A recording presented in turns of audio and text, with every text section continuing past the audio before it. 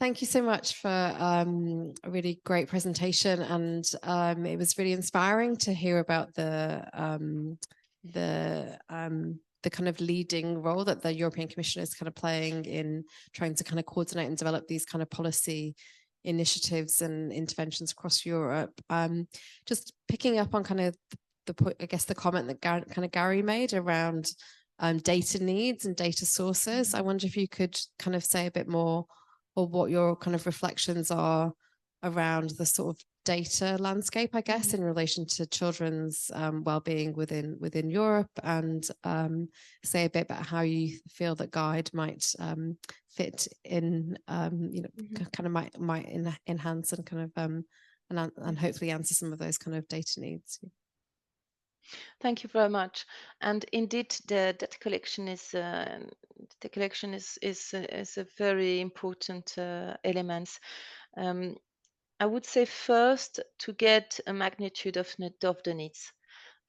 We are all working in a policy. I mean, we are working in a policy landscape where there is a need to demonstrate that indeed there are issues. I mean, we all know it from our personal experience, but also sometimes to convince a bit more broadly, it's really important to have such data. And it's also important to help design instruments in the best way, in the most efficient way. So that's kind of really the basics of the evidence-based policy.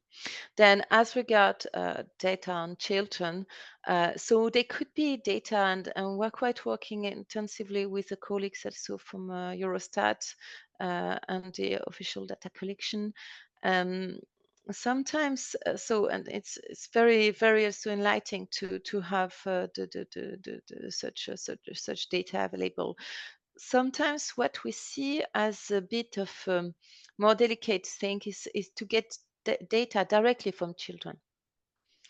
So very often, for instance, when we speak about violence, okay, we could collect the number of cases that are reported. We can refer to the number of court cases. We could see what are the resources that are allocated to the different child protection related services.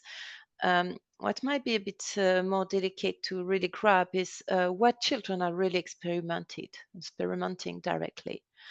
And for this first-hand information, it's also the meaning of child participation is certainly always the best. Then it has to rely on extremely good methodology, certainly. Diversity and making sure that